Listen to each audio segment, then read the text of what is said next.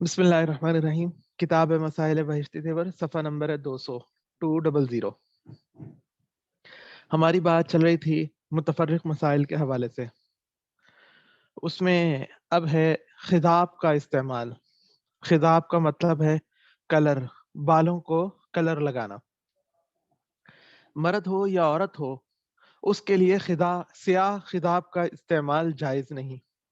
بالوں کے لیے سیاہ رنگ استعمال کرنا، سفید بالوں کو یہ استعمال جائز نہیں. البتہ اس کے علاوہ اور رنگ جائز ہیں، خواہ وہ سیاہی مائل ہوں لیکن بالکل سیاہ نہ ہوں. بالکل سیاہ کا مطلب یہ ہے وہ بال کہ جب ڈائی کرنے کے بعد دیکھنے والے دیکھ کر کہیں کہ یہ تو سیاہ ہیں، تو وہ والے جائز نہیں ہیں. بعض اوقات ایسا بھی ہوتا ہے کہ ڈبیاں جو آتی ہیں بازار میں، ان پر لکھا تو ہوتا ہے براؤن یا کچھ اور لکھا ہوگا، لیکن جب کلر لگا لیتے ہیں، بالوں کو کلر لگا کر دھوتے ہیں، تو ہر دیکھنے والا کہتا ہے یہ تو سیاہ ہے. تو ڈبی پر لکھے کا اعتبار نہیں ہے، اعتبار ہے کلر آنے کا. تو رسول اللہ صلی اللہ علیہ وسلم کا ارشاد ہے، آخر زمانے میں کچھ لوگ ہوں گے جو سیاہ خضاب کریں گے جیسے کبوتر کے پوٹے. وہ لوگ جنت کی خوشبو بھی نہیں پائیں گے، ان کو جنت کی خوشبو بھی نہیں آئے گی. تو بالوں کو سفید بال ہوں تو ان کو کوئی بھی خوبصورت کلر دوسرا کر سکتے ہیں جو انسان کی شخصیت کے اوپر اچھا لگے، لیکن کالا نہیں کر سکتے. اور اس میں کوئی وجہ بھی، کوئی فرق بھی نہیں ہے. فقہائے کرام کے ہاں بعض لوگ فرق بیان کرتے ہیں، لیکن کوئی فرق نہیں ہے کہ کسی کے جوانی میں ہو گئے ہوں یا بڑھاپے میں ہوئے ہوں، کسی بھی وجہ سے ہوئے ہوں. جب بھی بال سفید ہو گئے تو اس کے بعد پھر ان کو کوئی اور خوبصورت کلر آپ کر سکتے ہیں کہ جو آپ کی شخصیت کے اوپر اچھے نظر آتے ہیں، ہر دیکھنے والے کو بھلے لگیں، لیکن کالا نہ کریں. دین سے پھر جانا. مسئلہ: جب اللہ تعالیٰ کی یا اس کے کسی رسول کی کچھ تحقیر کی حقارت بیان کی، یا شریعت کی بات کو برا جانا، یا کفر کی کوئی بات پسند کر لی، تو ان سب باتوں سے ایمان جاتا رہتا ہے. مثلا کسی نے کہا اٹھو نماز پڑھو، جواب دیا کون اٹھک بیٹھک کرے. آگے سے کہنے والے نے کہہ دیا کون اٹھک بیٹھک کرے. یا کسی نے روزے رکھنے کو کہا تو جواب دیا کہ کون بھوکا مرے. یا روزہ تو وہ رکھے جس کو یا روزہ تو وہ رکھے جس کے گھر کھانا نہ ہو. کسی کو گناہ کرتے دیکھ کر کہا کہ تو خدا سے نہیں ڈرتا، اس نے جواب دیا کہ ہاں نہیں ڈرتا. کسی کو برا کام کرتے دیکھ کر کہا کیا تو مسلمان نہیں جو ایسا کام کرتا ہے، تو اس نے جواب دیا کہ ہاں نہیں ہوں. کسی کافر کی کوئی بات اچھی معلوم ہوئی، اس لیے تمنا کر کے کہنے لگا کہ ہم بھی کافر یا عیسائی یا ہندو وغیرہ ہوتے تو اچھا تھا. کسی کا بچہ مر گیا تو اس نے آگے سے یوں کہہ دیا کہ یا اللہ یہ مجھ پر ظلم کیوں کیا، یا تو نے مجھے کیوں ستایا. کسی نے یوں کہا اگر خدا مجھ سے بھی کہے تب بھی یہ کام نہ کروں گا. اس قسم کی تمام باتوں سے کہنے والا آدمی کافر ہو جاتا ہے، ایمان کے اسلام کے دائرے سے نکل جاتا ہے، اس کو پھر دوبارہ سے اسلام میں داخل ہونا پڑتا ہے. تو یہ باتیں تحقیر کی ہوتی ہیں، گویا کہ اللہ تعالیٰ کی نافرمانی کر رہے ہیں. لیکن یہ چونکہ ایک اہم معاملہ ہوتا ہے، کسی کو بارے میں کہنا کہ تم کافر ہو گئے ہو، یہ حساس مسئلہ ہوتا ہے. کسی کو از خود کافر ڈکلیئر نہیں کرنا چاہیے، یہ بڑے بڑے علماء کا کام ہوتا ہے، تھوڑا معاملہ حساس ہوتا ہے.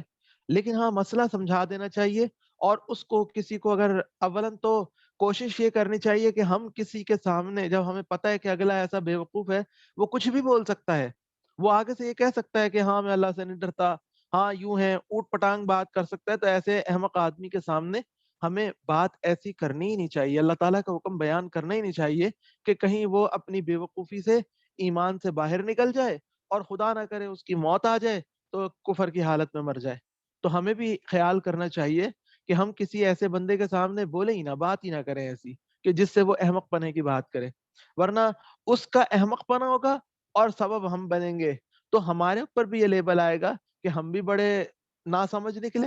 ہمیں بھی خود پتہ نہیں ہے کہ ہم نے کس سے کیا بات کرنی چاہیے، تو اس لیے ہمیں بھی کوئی ایسے آدمیوں کے سامنے نہیں کرنی چاہیے، اور اگر کبھی کسی سے احمق بنے کی بات دیکھ لیں تو اس کو بجائے پھر ہم اس کے اوپر انسسٹ کریں کہ اب تم کلمہ پڑھو، ایسے کرو، اس کے بجائے اس کو پھر توجہ دلائیں کہ تم نے ہمارے خیال میں کوئی بات سخت کہہ دی ہے، تم جا کے کسی بھی اچھے مدرسے سے جا کر تم معلوم کرو تاکہ کوئی اس کا ازالہ ہو جائے، اس کو توجہ دلائیں تاکہ پھر وہ احمق پنے کے بعد مزید احمق پنا نہ کرے۔ بعض اوقات ایسا بھی ہوتا ہے کہ اگر کہیں کہ کفر کی بات کر دی تو کہتا ہے اچھا میں کافر ہو گیا تو چلو اور زیادہ اچھا ہو گیا، تو یہ اور نہلے پہ دہلے والی بات ہوتی ہے کہ بے وقوفی سے پھر آگے سے آگے بڑھ رہا ہے، تو ایسے لوگوں کو پھر اس طریقے سے نہیں چلانا چاہیے۔ مسئلہ ہنسی دل لگی میں بھی کفر کی بات کہے، دل سے نہ کہے تب بھی آدمی کافر ہو جاتا ہے، زبان سے تو بول دیا نا۔ مسئلہ امریکہ اور یورپ میں رہنے کے لیے اپنے بارے میں قادیانی ہونے کا اقرار و اظہار کرنا، یہ بھی کلمہ کفر ہے۔ دنیاوی فائدے کے لیے کفر کا کلمہ زبان سے نکالنا بہت ہی خطرناک بات ہے، کیا پتہ یہ کہتے ہی موت آ جائے اور توبہ بھی نہ کر سکے۔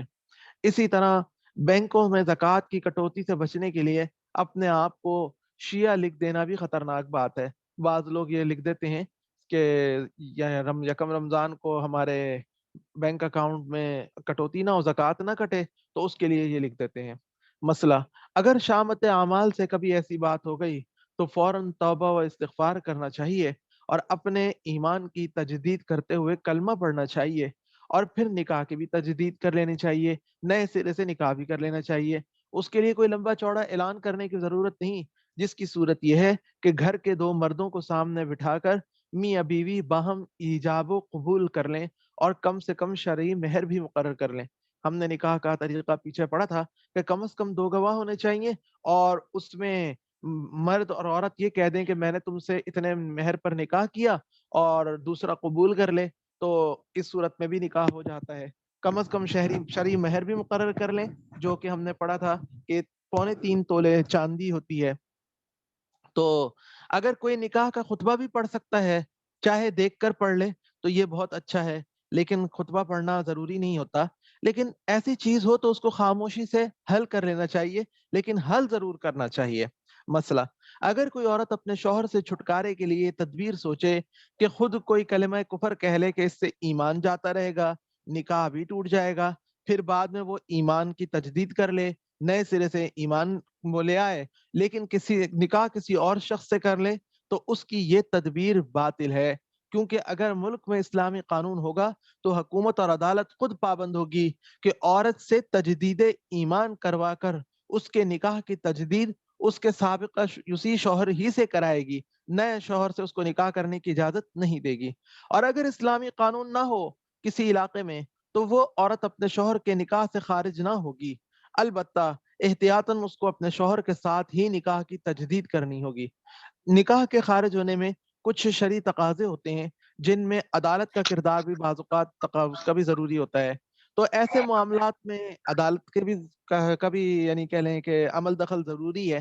تو اگر اسلامی قانون نہیں ہوگا تو عورت نئی جگہ نکاح نہیں کر سکے گی، اسی شوہر کے ساتھ رہنے تو اسی شوہر کے ساتھ رہنے کے لیے اس کو نئے سرے سے نکاح تو کرنا پڑے گا، لیکن یہ نہیں کر سکتی کہ وہ سوچے کہ چلو میں نئی جگہ نکاح کر لیتی ہوں۔ تو نئی جگہ نکاح کرنے کے لیے بعض اوقات کسی عورت کو ایسی الٹی تدبیر شیطان پڑھا دیتا ہے، پٹی پڑھا دیتا ہے، تو وہ اپنے شوہر سے چھٹکارے کے لیے ایسی الٹی تدبیر اختیار کرتی ہے، تو اس سے اس کو کوئی فائدہ نہیں ہوگا۔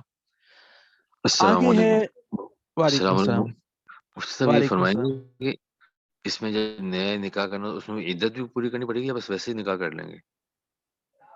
نہیں، عدت نہیں ہوگی، یہ سابقہ شوہر ہی سے نکاح ہوگا۔ وہ تو عدت کا مسئلہ ہوتا ہے جہاں پر وہ ہوتا ہے نئی جگہ نکاح کرنے کے لیے، کسی اور شوہر سے نکاح کرنے کے لیے۔ مطلب یہ بھی ذرا فرمائیے گا، یہ جو وقف کا آپ نے مسئلہ بتایا تھا پیچھے، اس میں کوئی شخص کوئی پیسے وقف کرتا ہے تو وہ رقم جو ہے اس پر زکوٰۃ دینی ہوگی؟ مطلب کسی نے 10 لاکھ روپے وقف کر دیے مدرسے کے لیے، اور جو اس پہ سے نفع آتا رہے گا اس میں سے کچھ وہ رکھے گا، کچھ مدرسے کو دے گا، تو اس کو جو یہ ایسا کر لیں کہ یہ وقف کا باب ہمارا اب کافی پیچھے نکل گیا، تو اس کو سبق کے بعد پہ رکھ لیں، انشاءاللہ میں ٹھیک اس ہے، پر آپ کو پھر عرض کروں گا۔ ٹھیک ہے، جزاک اللہ۔ جی آگے ہے 24 نمبر باب ہے بیچنے اور خریدنے کا بیان۔ یہ اس کتاب کا ایک اہم باب ہے. ویسے تو ساری کتاب ہی الحمدللہ بہت اہم ہے، کوئی بھی مسئلہ ایسا نہیں ہے کہ کوئی انسان کہہ سکے کہ ہمارے حساب سے یہ فالتو ہے. لیکن جو روزمرہ کے معاملات انسان کو پیش آتے ہیں، ان میں بیچنے اور خریدنے کا بھی ایک معاملہ ہے، بیع و شراء بھی ہے. اس باب کی اہمیت کے لیے ایک میں حدیث شروع میں ذکر کر دیتا ہوں، جو یہاں پر تو ذکر نہیں ہے، لیکن حضرت عمر رضی اللہ عنہ نے پابندی لگا رکھی تھی. مدینہ منورہ کے بازار میں وہی بندہ کاروبار کرنے کے لیے بیٹھ سکتا ہے جس نے بیچنے خریدنے کے معاملات کے احکامات اور ان کے متعلق کیا حدیثیں ہیں، کیا شرائط و ضوابط ہیں، ان ساروں کو سیکھ رکھا ہو.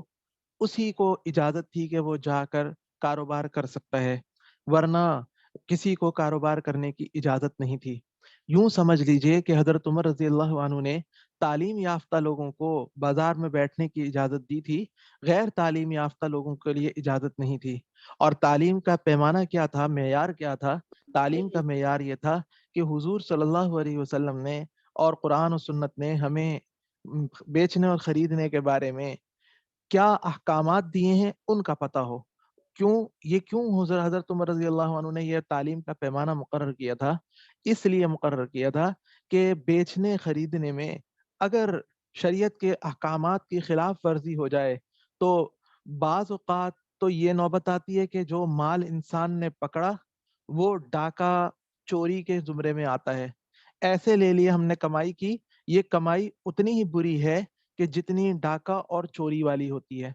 اور بعض اوقات ایسی نوبت آتی ہے کہ وہ کمائی ہم نے تو اپنی طرف سے بڑی ٹھیک کمائی کی، لیکن وہ کمائی سود کے زمرے میں آ جاتی ہے. تو ڈاکہ چوری اور سود کی کمائی، ان ساری چیزوں سے بچانا، یہ بچنا یہ انسان کی، ایک مسلمان کی اپنی ذمہ داری نہیں ہے، بلکہ اسلامی حکومت کی بھی ذمہ داری ہے کہ وہ ایسی ساری چیزوں کا سد باب کرے. تو حضرت عمر رضی اللہ عنہ اس چیز کی اہمیت کو بڑے اچھے طریقے سے جانتے تھے. وہ سمجھتے تھے کہ سود تو اگر کوئی رضامندی سے بھی دے، لینے والا بھی اپنی رضامندی سے لے، اس کے باوجود سود قطعاً جائز نہیں ہوتا. اور سود کی رقم اور ڈاکہ چوری کی رقم جب بازار میں گردش میں آتی ہے تو ایسا نہیں ہوتا کہ اس کے اندر جو خرابیاں آ گئی ہیں وہ خرابیاں ختم ہو جائیں اور وہ صرف انہی دو بندوں کی حد تک رہیں. نہیں، وہ رقم جب گردش میں آئے گی تو جس کی جیب میں وہ روپیہ جائے گا، وہاں سے نکل کر اگلے کی جیب میں جائے گا، تو وہ سارے جگہ پہ گند کو پھیلائے گا. اللہ تعالیٰ کی رحمت سے دوری اور اللہ کے غضب کو دعوت دینے والی بات وہ سب جگہ پہ گردش میں آئے گی. اس لیے حضرت عمر رضی اللہ عنہ نے سختی سے یہ حکم نافذ کر رکھا تھا کہ مدینہ منورہ کیا سارے علاقوں کے اندر انہوں نے نافذ ہے کہ بازار میں وہی بندہ جا سکتا ہے جو شریعت کے مسائل کے حوالے سے کوالیفائڈ ہو، کسی دوسرے شخص کو کاروبار کرنے کی اجازت نہیں تھی. تو یہ اسی سے متعلق باب ہے مسئلہ. جب ایک شخص نے کہا میں نے یہ چیز اتنی قیمت پر بیچ دی، تمہیں میں نے اتنی قیمت پر یہ چیز بیچ دی، دوسرے نے کہا میں نے لے لی، ٹھیک ہے میں نے لے لی، تو وہ چیز اب بک گئی، وہ چیز بک گئی. جس نے خریدی ہے وہی اس کا مالک بن گیا، مالک دوسرا بندہ بن گیا. اب اگر بیچنے والا بعد میں یہ چاہے کہ چلو میں نہ بیچوں، میں نے پیسے تو پکڑے نہیں ابھی اس سے، یا پیسے پکڑ لیے تو میں پیسے واپس کر دیتا ہوں، تو پیسے پکڑے ہوں یا نہ پکڑے ہوں، وہ چاہے کہ میں نہ دوں، اپنے پاس ہی رہنے دوں، یا خریدار چاہے کہ میں نہ خریدوں، تو زبردستی کچھ نہیں ہو سکتا. بیچنے والے کو دینا پڑے گا اور خریدار کو لینا پڑے گا. اور اس بک جانے کو، یعنی مال کا مال سے تبادلہ کرنے کو بیع کہتے ہیں، سودا کہتے ہیں.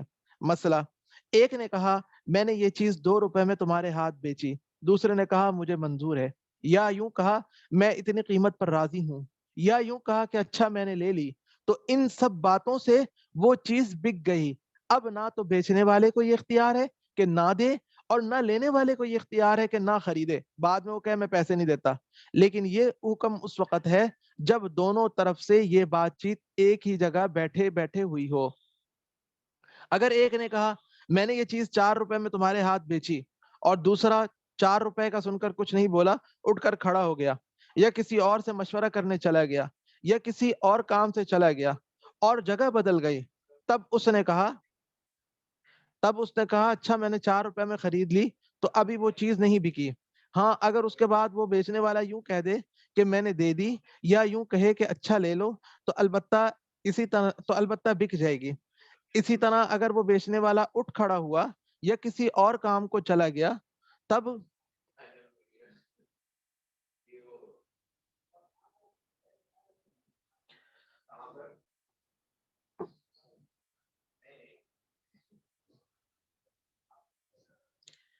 یا کسی اور کام سے چلا گیا، تب دوسرے نے کہا میں نے لے لی، تب بھی وہ چیز نہیں بکی. مطلب یہ ہے کہ جب ایک ہی جگہ دونوں طرف سے بات چیت ہوگی تب وہ چیز بکے گی. بعض اوقات یہ ہوتا ہے کہ ایک بندے نے آپشن لگائی آپ کو، اور آپ اگر کسی کام سے اٹھ کر چلے گئے، آپ نے بھی ایکسپٹ نہیں کیا آپشن کو، تو وہ چیز سودا نہیں ہوا. اور اس کے بعد آ کر آپ نے جب کہا کہ اچھا مجھے منظور ہے، تو اس وقت وہ کہے کہ نہیں میں اب نہیں دیتا، تو اب وہ نہ دے تو انکار کر سکتا ہے کہ نہیں میں نہیں دیتا. جب سیٹنگ بدل گئی تو اس کے بعد کوئی آدمی وہ پچھلی آپشن ختم ہو جاتی ہے شرعی طور پر، پھر آپشن تبدیل اگلا بندہ اس کے بعد نئی آپشن پر بات کرے تو علیحدہ بات ہے. ہاں لیکن یہاں پر ایک بات یہ ذہن میں رکھیے گا، بعض اوقات یہ ہوتا ہے کہ لوگ آپشن تو لگا دیتے ہیں کہ ٹھیک ہے یہ آپشن ہے، لیکن اگر کوئی کہہ دیتا ہے یہ آپشن آپ کے پاس ہے 3 دن تک کے لیے ہے، 5 دن تک کے لیے ہے، تو وہ ایک علیحدہ بات ہے کہ پھر آدمی نے جس نے 3 دن یا 5 دن کی کوئی بھی کمٹمنٹ کی ہے، تو اس وعدے کو، اس بات کو یا اپنی بات کو پورا کرنا وہ ایک علیحدہ مسئلہ ہے. لیکن سودا کرنا، یعنی سودا ہو جانا کہ جس پہ کوئی اگلا پھرنا چاہے تو پھر نہ سکے، وہ علیحدہ مسئلہ ہے. مسئلہ کسی نے کہا یہ چیز 1 روپے میں دے دو، دوسرے نے کہا میں نے دے دی، اس سے بے نہیں ہوئی. البتہ اس کے بعد اگر خریدنے والے نے پھر کہہ دیا میں نے لے لی تو پھر بک گئی. مسئلہ یہ ہوتا ہے کہ ایسے الفاظ بولیں کہ جس سے بیچنے اور خریدنے کے شرعی طور پر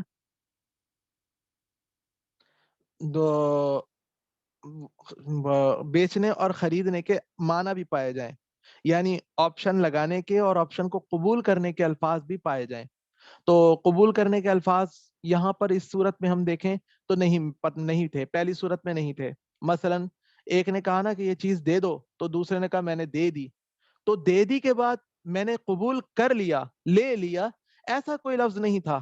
جب دوسرے نے کہا کہ ہاں، پھر دوبارہ پہلے شخص نے کہا چلو ٹھیک ہے میں نے لے لیا، تو پھر تو بکے گی ورنہ اس کے بغیر نہیں بکتی. مسئلہ کسی نے یہ کہا میں نے ایک چیز 2 روپے میں 1 روپے میں لے لی، دوسرے نے کہا لے لو، تو پھر بے ہو گئی. اچھا ہم آگے ابھی جا کے دیکھیں گے انشاءاللہ، وہ مسائل بھی دیکھیں گے کہ بعض اوقات یہ ہوتا ہے کہ یہ بیچنا خریدنا کبھی تو زبان سے بھی ہوتا ہے، کبھی زبان کے بغیر، زبان ہلائے بغیر بھی ہوتا ہے. یہ وہ والے مسئلے ہیں کہ جہاں پہ ہم نے زبان ہلائی ہے اور بولا ہے تو پھر بولنے میں الفاظ کو بھی دیکھا جاتا ہے کہ کن الفاظ کو استعمال کیا جا رہا ہے، کہ ان الفاظ کو استعمال کریں گے تو سودا بنے گا ورنہ سودا نہیں بنا.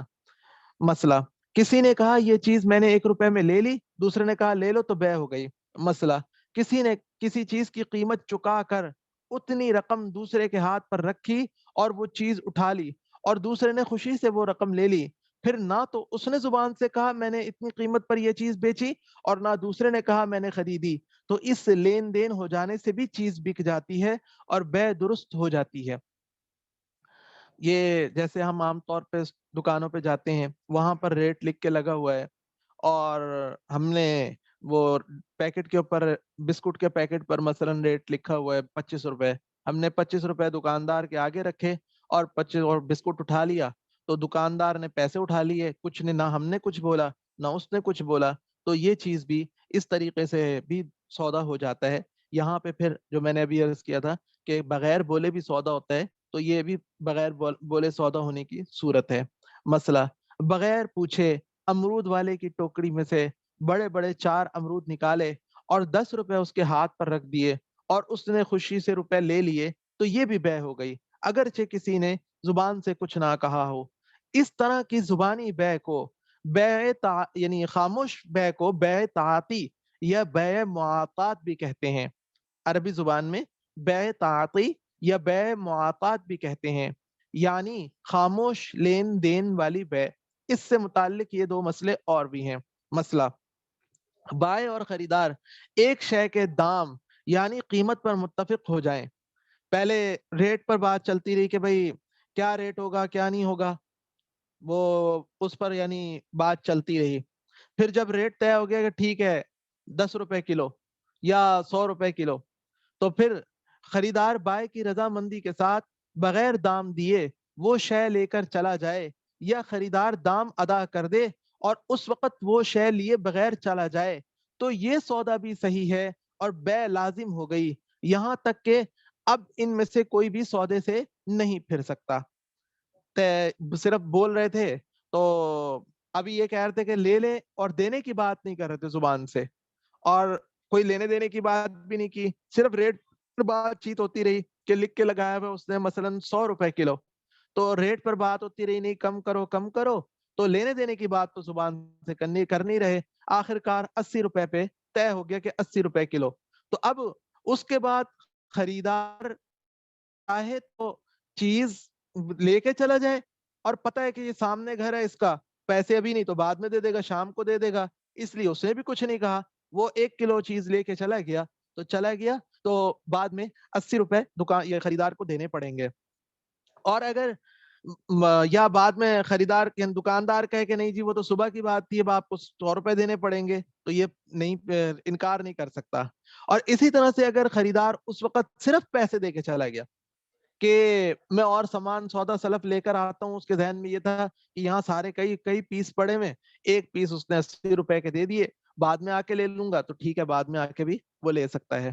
مسئلہ خریدار کو ایک بازار والوں کا طریقہ معلوم ہے کہ وہ جب خریدار کے دیے ہوئے پیسوں پر راضی نہ ہو تو وہ یا تو پیسے واپس کر دیتے ہیں یا اپنی شے کی واپسی کا مطالبہ کرتے ہیں، ورنہ وہ اس دام پر یعنی قیمت پر راضی سمجھے جاتے ہیں، اور محض خریدار کی دلجوئی کے لیے خریدار کے پیچھے چلاتے ہیں کہ مجھے منظور نہیں اور میں نہیں دیتا.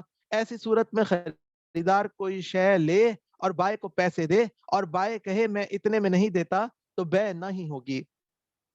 یعنی خریدار کو معلوم تو ہے کہ مثلا اس بازار میں وہ لوگ کیا کہتے ہیں کوئی چیز کو نہیں چاہیے ہوں گے تو پیسے واپس کر دیتے ہیں اور اپنی شے واپس لے لیتے ہیں، تو ورنہ وہ قیمت پر راضی ہوتے ہیں. تو جب وہ پیچھے سے کہہ رہا ہے کہ مجھے خریدار کے مسلسل بیچنے والا آواز لگا رہا ہے مجھے منظور نہیں مجھے منظور نہیں، تو ایسی صورت میں صرف پیسے دے کے اٹھا لی کوئی چیز تو، اور وہ پیچھے سے آواز لگا رہا ہے کہ مجھے منظور نہیں، تو ایسی صورت میں بے نہیں ہوگی جب تک کہ وہ واقعتاً رکھ نہ لے. مسئلہ کسی نے موتیوں کی ایک لڑی کے بارے میں کہا یہ لڑی 10 روپے میں تمہارے ہاتھ بیچی. اس پر خریدنے والے نے کہا اس میں سے 5 موتی میں نے لے لیے، یا یوں کہا آدھے موتی میں نے خرید لیے. تو جب تک وہ بیچنے والا اس پر راضی نہ ہو بے نہیں ہوگی. اس نے تو پوری لڑی کی بات کی تھی، اس بندے نے سودے کو گویا کہ توڑ دیا کیونکہ بیچنے والے نے پوری لڑی کا سودا کیا ہے. تو جب تک وہ راضی نہ ہو لینے والے کو یہ اختیار نہیں کہ اس میں سے کچھ لے لے اور کچھ نہ لے، اور اگر لے تو لینا چاہتا ہے تو پھر پوری لڑی لے. ہاں اگر بیچنے والے نے یہ کہہ دیا ہو کہ ہر موتی 1 روپے میں ہے، اس پر خریدار نے کہا کہ پھر اس میں سے 5 موتی میں نے خریدے تو پھر 5 موتی بک جائیں گے. جب ہر موتی کا علیحدہ علیحدہ ریٹ ہے تو پھر کوئی مسئلہ نہیں ہے، جب پوری لڑی کا ایک ریٹ نہیں بتا رہا. مسئلہ کسی کے پاس 4 چیزیں ہیں، قلم، دوات، کاپی، پینسل. اس نے کہا یہ سب میں نے 20 روپے میں بیچی. اس کی منظوری کے بغیر خریدنے والے کو یہ اختیار نہیں ہے کہ بعضی چیزیں لے لے اور بعضی چھوڑ دے، کیونکہ بیچنے والا سب کو ساتھ ملا کر بیچنا چاہتا ہے. ہاں البتہ اگر وہ ہر چیز کی قیمت الگ الگ بتا دے تو پھر اس میں سے ایک آدھ چیز بھی خرید سکتا ہے. پیکٹ بنا کے رکھا ہوا ہے، وہ کہہ رہے یہ 4 چیزوں کا ایک پیکٹ ہے 20 روپے میں، تو پھر 20 روپے میں ساری چیزیں لینی پڑیں گی. یہ نہیں کر سکتا کہ 5 روپے کی ایک ایک چیز کو علیحدہ علیحدہ فرض کر لیں. ہاں اگر وہ ہر چیز کے اوپر ریٹ لکھا ہوا ہے پھر بھلے پیکٹ کے اندر ڈالی ہوئی ہے اور وہ کہتا ہے کہ میں ہر چیز علیحدہ علیحدہ لینا چاہتا ہوں، تو پھر علیحدہ علیحدہ بھی خرید سکتا ہے. مسئلہ بیچنے اور خریدنے میں یہ بھی ضروری ہے کہ جو سودا خریدے ہر طرح سے اس کو صاف کر لے، کوئی بات ایسی گول مول نہ رکھے جس سے جھگڑا پڑے. شریعت نے معاملات کے اندر بہت بڑا ضابطہ یہ رکھا ہے کہ جس بات کے اوپر بھی بالآخر جھگڑا کھڑا، وہ شریعت اس چیز کو جائز نہیں سمجھتی ہے، شروع سے ناجائز سمجھتی ہے۔ معاملات میں صفائی کا معاملہ، صفائی ہونی چاہیے۔ صفائی کیسی؟ ایسی صفائی ہونی چاہیے کہ کوئی گول مول بات ہو ہی نہ، جو بات ہو کلیئر ہو، تاکہ کوئی بھی آدمی کل کو آ کر یہ نہ کہہ سکے کہ آپ نے یہ نہیں یہ کہا تھا، یا آپ نے ایسے کہا تھا، ہم نے ایسے بات کی تھی۔ کوئی گول بات نہیں ہونی چاہیے، بالکل صاف ہونی چاہیے۔ اسے یعنی یاد نہ آ رہا ہو تو پھر علیحدہ بات ہے کہ کوئی جھوٹ بولنے لگ جائے، وہ ایک علیحدہ مسئلہ ہے۔ لیکن وہ جب ایکسیپٹ کرے کہ ہاں آپ نے یہ بات کہی تھی، یہ بات کہی تھی، یہ بات کہی تھی، پھر وہ ساری چیز سامنے ہے تو ٹھیک ہے، کہ جس سے تو کوئی بات ایسی گول مول نہ رکھے جس سے جھگڑا پڑے۔ اسی طرح سے قیمت بھی صاف صاف مقرر اور طے ہونی چاہیے۔ اگر دونوں میں سے ایک چیز بھی اچھی طرح معلوم اور طے نہ ہوگی تو پھر بے صحیح نہ ہوگی، یہ سودا ہی صحیح نہیں ہوگا۔ مسئلہ، کسی نے 10 روپے کی کوئی چیز خریدی، اب بیچنے والا بائے یعنی بیچنے والا کہتا ہے پہلے تم روپے دو تب میں تمہیں چیز دوں گا، دوسرا کہتا ہے کہ پہلے تم چیز دو تب میں تمہیں روپے دوں گا، تو پہلے خریدار سے دام دلوائے جائیں گے۔ کہیں پہ اگر ایسی صورت آ جائے تو عدالت میں معاملہ جائے گا، تو عدالت کہے گی ٹھیک ہے تم پہلے پیسے دو، پیسے دینے والے سے کہا جائے گا پہلے تم پیسے دو، پھر تمہیں خریدار سے ہم بیچنے والے سے ہم تمہیں چیز دلوائیں گے۔ دام کے وصول پانے تک اس چیز کے نہ دینے کا بیچنے والے کو اختیار ہے۔ اور اگر دونوں طرف سونا چاندی ہے یا دونوں طرف ہی غلہ ہے، جیسے اشرفی کے بدلے چاندی لیں یا گندم کے بدلے چاول لیں، اور دونوں میں یہی جھگڑا آن پڑے، تو پھر اس وقت دونوں سے کہا جائے گا تم ایک ہی وقت میں تم اس کے ہاتھ پر اپنی چیز رکھو، یہ تمہارے ہاتھ پر تمہاری چیز رکھے، دونوں ایک ہی وقت میں لین دین کرو۔ مسئلہ، جس طرح زبان سے یا محض لین دین سے سودا ہو جاتا ہے، اسی طرح تحریر کے ذریعے دونوں خرید و فروخت کا کوئی معاملہ طے کر لیں، اس سے بھی سودا ہو جاتا ہے۔ اسی طرح ٹیلی فون پر بھی سودا کیا جائے تو ٹیلی فون پر بھی سودا ہو جاتا ہے۔ اگلے سبق کا ٹائم ہو گیا، تو باقی انشاءاللہ بعد میں کر لیں گے۔ اور جو آن لائن ایک صاحب نے سوال کیا تھا، وہ اگر چاہیں تو بعد میں، ابھی تو ٹائم تھوڑا ہے، بعد میں اگر فون پہ موبائل پہ رابطہ کرنا چاہیں تو دوپہر 1 بجے سے پہلے پہلے موبائل پہ بھی رابطہ کر سکتے ہیں۔ شکریہ۔